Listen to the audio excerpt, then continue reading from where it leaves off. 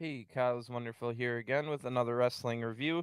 This time it's WWE Main Event from August 31st, 2022, and was recorded August 29th in Pittsburgh, Pennsylvania, before that week's Raw. So, this is the last show of a truly historic month in WWE history, the first month in over 40 years without Vince McMahon in charge. And I feel overall it's been a success for Triple H, who's taken over. We've seen people returning after being unjustly released.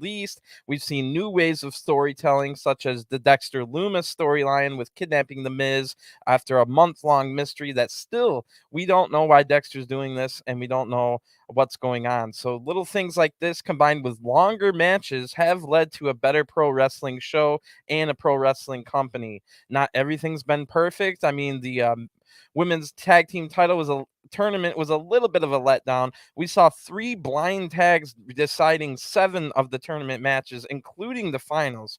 But at least we got the women's tag team titles back. Before that, it looked like they were going to never come back. They were gone for 3 months. So the changes from the power exchange between Vince McMahon and Triple H was can be felt all the way down to a show like this Main Event, which is just a recap show with two exclusive matches every week. They're recorded before Raw, then released a few days later, and even these matches have gotten better. Definitely go find the Mustafa Ali T-Bar match from a few weeks ago, just for an example. So let's get into this week's episode of Main Event, again from August 31st, 2022. You might have seen it come out where you live on September 1st. So we start with R-Truth, and he actually raps down to the ring for a match. What a great way to start the main event. I even tweeted R-Truth a few months ago asking if we could ever hear him rap on TV again, and he gave it a like, but obviously R-Truth doesn't get to write his own storylines. He was stuck in the 24/7 division, never getting an entrance where he would be able to rap. So R-Truth is going to be fired up to rap during his entrance again, and he does a great job even changing one of the lines. Usually it's the baddest young brother that ever stepped foot in this game, but R-Truth changed it to the baddest OG to ever step foot in this game, since he's not a young brother anymore at 50 years old.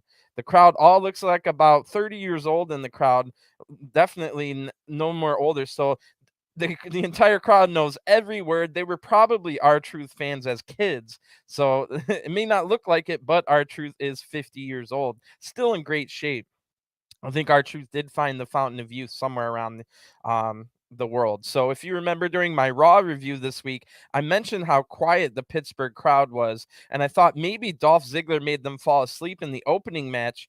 And I definitely was excited to find out if on Main Event they were loud before that. And yes, the crowd is super loud, especially for this R-Truth entrance. So I'm pretty sure Dolph Ziggler unfortunately ruined the crowd and it never returned for Raw. So it might be a little harsh to put all the blame on Dolph, but either way, that's kind of what I was thinking. One of the things I wanted to watch Main Event for this week. Anyway, Shelton Benjamin now comes out next, getting big cheers from the crowd. This is also a fan favorite from 15 years ago. So they're the 30-year-old fans in the crowd here are loving this matchup. Shelton is looking amazing for his age, which is 47 years old, and these are two of the most veteran wrestlers on the roster.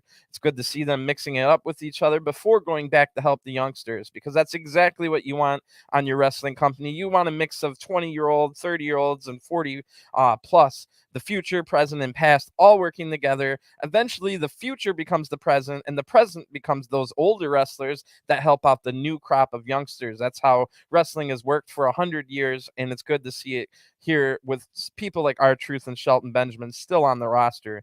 They're there to help out the youngsters. So, Shelton and R-Truth have had a few house show matches over the past few years, but they have not had a televised singles match since 2009 on SmackDown. So if you combine all the matches they've been in together, mostly in house shows, it's 83 matches throughout the 14 years that they've been together. So I'm definitely excited for this one. Lately, Shelton Benjamin has been wrestling on Main Event every week, and he's been showing a lot of good sportsmanship. So let's see if he keeps that up tonight. And yes, he does, because at the start of the match, Shelton shakes hands with R-Truth.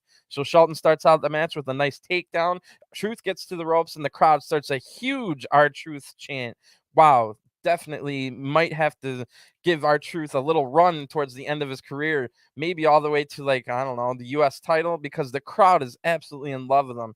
I don't know if I would have Truth beat Lashley, but maybe once Lashley drops it to someone, R-Truth could potentially beat. Anyway, Truth then dances around real quick, acknowledging his chant. Then Truth tries to bait Shelton in and throw him over the top, but Shelton lands on the apron. They reset again, and it looks like Shelton's getting a little bit mad because Truth keeps dancing around and kind of mocking Shelton as well. So now Truth lightly slaps Shelton in the face, and this enrages Shelton Benjamin. R-Truth is remorseful right away after he saw how much that made him mad. Shelton starts beating him down. Boos from the crowd rain down. So R-Truth then hits some slaps, harder slaps to the face this time. The crowd starts another R-Truth chant. Then Shelton hits a nasty step-up knee strike right in the Truth's jaw. That has R-Truth dazed, and he kicked out of the pinfall. Then Shelton applies a chin lock right after. The crowd rallies behind R-Truth, who's able to duck under 3 punches in a row. Then R-Truth hits a nice leg lariat, buying himself a little bit of time to recover. Shelton then misses a stinger splash in the corner, and Truth fires up, and he starts the John Cena 5 moves of doom. Truth hits a better 5-knuckle shuffle than Cena ever did, and then Shelton blocks the AA attempt, hitting pay dirt and getting the 1-2-3. The winner of this match by pinfall, Shelton Benjamin. So good little match here, but that did not help with the crowd staying fired up for Raw. They really wanted R-Truth to win this match, I mean, I'm over here covering it, but at the end of the day, these main event matches are somewhat meaningless as far as who wins and who loses. I think somebody should have told the referee in his earpiece, because Triple H or whoever would have access to the referee in the ring. He's wearing an earpiece where they can communicate to him at all times.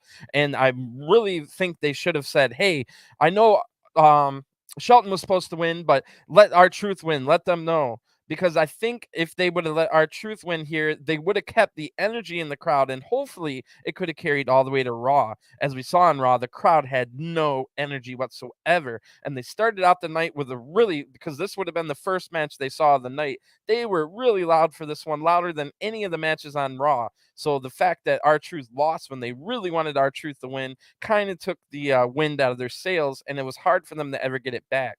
So that's something I would have done if I was Triple H. I would have said, hey, referee, tell them that we're going to change the match ending. Like, you know what I mean? Like, anyway, I think because these main event matches are somewhat meaningless, the heels should never win on main event. Like, main event is for hyping up the crowd for Raw, and the fact that R-Truth lost this match really deflated the crowd, and we saw on Raw that the crowd was never got their energy back. The loudest they were for R-Truth. Once he lost on main event, the crowd never came back. So a little bit of a weird. You should have just had R-Truth win. You can change it mid-match. So anyway, decent way to start us off tonight. That was a good little match. It's recap time, so you can find more in-depth reviews of all of these recaps, because I cover Raw and SmackDown reviews on my YouTube channel. But first, we see all the story with Drew McIntyre and Roman Reigns from SmackDown, and they even show the backstage interactions between Roman and Sami Zayn, which have been great. Eventually, after Drew beat Sami Zayn in the main event of SmackDown last week, the Bloodline came out and destroyed Drew McIntyre with chairs and hitting their finishers. Drew's back was all cut up and welted from this vicious attack only 8 days before his big title match against Roman Reigns at the first UK pay-per-view event in 30 years. Then we see highlights from last week's main event of Raw, not this coming week, but the one before that, where Edge was in his hometown for the first time ever in a decade in a match where he beat Damian Priest. Then we see the ending of this week's Raw match where the Judgment Day defeated Dolph Ziggler and AJ Styles. Then Edge showed up, challenged the Judgment Day to a match at Clash at the Castle, a tag match alongside Rey Mysterio. So all signs are now pointing that Dominic Mysterio probably is going to turn on them in this match, with Dom joining the Judgment Day. So we'll see how that works out. But Dominic definitely has his mullet grown out. If you remember the storyline about who's your poppy and the custody of Dominic in a ladder match between Rey Mysterio and Eddie Guerrero, that storyline basically, we never found out officially. It was never officially said that Rey Mysterio was indeed the father of Dominic. In real life, yes, he is. But in storyline, I think where we're going with this one is we're about to get Dominic Guerrero. And I think that starts at Clash of the Castle, so I'm looking forward to that. Now we see a hype video for the big Intercontinental title match between Gunther and Sheamus. sure to be one of the hardest hitting matches in recent history. With two Europeans in this European pay-per-view event, it should be a great match. But now it's time for our second and final main event exclusive match as T-Bar now comes out. Big boos from the crowd. So when the heck is T-Bar finally going to get to be Dominic Dijakovic or anything else other than the damn name T-Bar? But anyway, I would love for that to happen and have him get on Raw, get in some storylines and stuff, because this guy is awesome. Dominic Dijakovic slash T-Bar can do a lot of things that big guys shouldn't and can't do with his size. He's got a ton of agility and big power moves to go with it. And I would probably say that T-Bar is better in the ring than Damian Priest. Maybe not at the talking. Damian Priest has a really good talking voice with that deep voice. But in the ring, T-Bar is definitely better than Damian Priest. So Damian Priest has kind of been like, T-Bar got stuck in the damn um, Retribution faction. Meanwhile, Damian Priest has had the U.S. title. He's teamed with Bad Bunny at WrestleMania, and now we just saw him fight Edge in his hometown. So these are all things that T-Bar could be doing and should be doing. And hopefully he gets a gimmick change and a name change, and he can get featured on Raw more in the future. But um, out next, his opponent is going to be Cedric Alexander, and this should be a good match. Maybe as good as the Mustafa Ali against T-Bar match a few weeks ago. Now T-Bar is going to be able to get his hands on Cedric, who is Ali's tag team partner. These two were in a match together last week when Cedric and Ali defeated T-Bar and Shelton Benjamin after Shelton and T-Bar weren't getting along. So they had a singles match against each other 2 months ago on Main Event. Cedric beat T-Bar in that one, and their first ever singles match was all the way back in 2016 for Ring of Honor. So T-Bar won that match back in the day. So Cedric evades an attack right as the bell rings. T-Bar goes for a big boot mafia kick, but he misses it. Cedric then rolls away from another attack right after and hits some strikes. T-Bar then kicks Cedric while he was up on the middle rope right in the face, and this has Cedric dazed. Then T-Bar is able to hit a big time gut buster, and this knocks all the wind out of the lungs of Cedric Alexander, who will be trying to get wind back in his lungs for the next few minutes after that one. T-Bar now hits a running shoulder thrust to the midsection, also draining Cedric's stamina. Cedric is sucking for wind now, and he's trying to get it back in his lungs. Cedric hits a couple strikes to buy some time to recover, but T-Bar goes right back to the midsection with a knee strike. Cedric then counters the next attack, hits a basement drop kick. T-Bar then stops Cedric from diving outside of the ring, but Cedric's able to block the high justice choke slam, and he throws T-Bar out of the ring. Now he dives onto him. So we go to a commercial break. When we come back, Cedric hits some running forearms, 2 of them in a row, maybe 3, but he tries one too many because he gets a big boot to the face. T-Bar is now able to hit the high justice sit-out choke slam, and Cedric's just barely able to kick out at 2, but he is in big trouble now. T-Bar uses some of this time to recover, and he's way too slow going up the ropes. So, of course, Cedric's able to meet him up there on the top. Cedric ties him up once they get down and kicks T-Bar in the face. Then, of all things, Cedric Alexander hits a last ride sit-out power bomb. T-Bar's just barely able to kick out of that, and that was very impressive, doing it to a guy much bigger than Cedric. So Cedric then tries a springboard move. We don't know what it was going to be because T-Bar stops it right away by knocking him off the ropes. Then T-Bar hits a top rope moonsault. That looks pretty devastating, but Cedric Alexander somehow finds the fire inside to kick out. Right after that kick out, Cedric gets up and hits a brain buster for the 1-2-3. Wow, the winner of this match by pinfall, Cedric Alexander.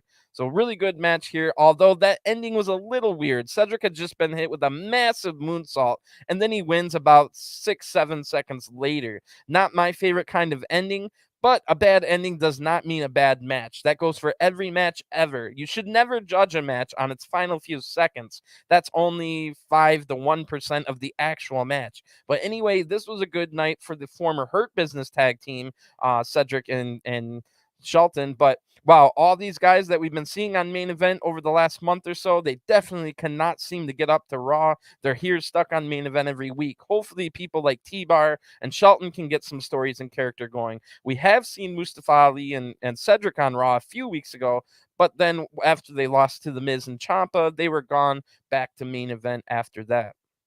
I understand not everybody can fit on Raw, but it would be nice if there was a little bit more of a rotation. Maybe this week on Raw we can get some kind of story going with Cedric Alexander and Mustafa Ali. Then we could have like T-Bar change his name. Meanwhile, on Main Event, you could have people like, oh, I don't even know. Like a Kevin Owens, if he didn't have a Raw match, put him on Main Event, and it'll make it a little better. So anyway, this week's Main Event ends with the Main Event from Raw, where Raquel Rodriguez and Aaliyah got a shocking win to win the WWE Women's Tag Team Championship. Yet again, it was mostly all Raquel doing the work, and Aaliyah snuck in at the last second with the third blind tag victory out of the 7 matches in the tournament. That's ridiculous. Almost half the damn matches ended the exact same way with a blind tag. Not good when you're able to write the stories and how the match ends yourself. If you're able to write it, why would you write something to happen in the exact same time almost half the matches in the tournament? Anyway, no return yet from Sasha Banks and Naomi, but major rumors have been swirling around for basically a month now that Sasha Banks and Naomi are returning. So maybe they'll return this Saturday at Clash at the Castle, or maybe this Monday on Raw. So stay tuned for that. There should be some good stuff coming up. And I'm going to get going for now. I'll be here a little bit later today to they'll cover the very last ever episode of NXT UK. But man, if you're an NXT UK fan and you didn't see NXT 2.0 this week, definitely go check that out. All the former legends were there, former champions and stuff, hyping up all the unified title unification matches that are going to happen at Worlds Collide this Sunday afternoon. So I've got a big schedule ahead of me. Definitely check out the last ever NXT UK review, and then this Sunday Worlds Collide, this Saturday Clash at the Castle, and I'll be here tomorrow for SmackDown. So thanks for tuning in. I'll talk to you guys again soon. Give me a subscribe so you don't miss out on any of the action, and you have a great day. Peace.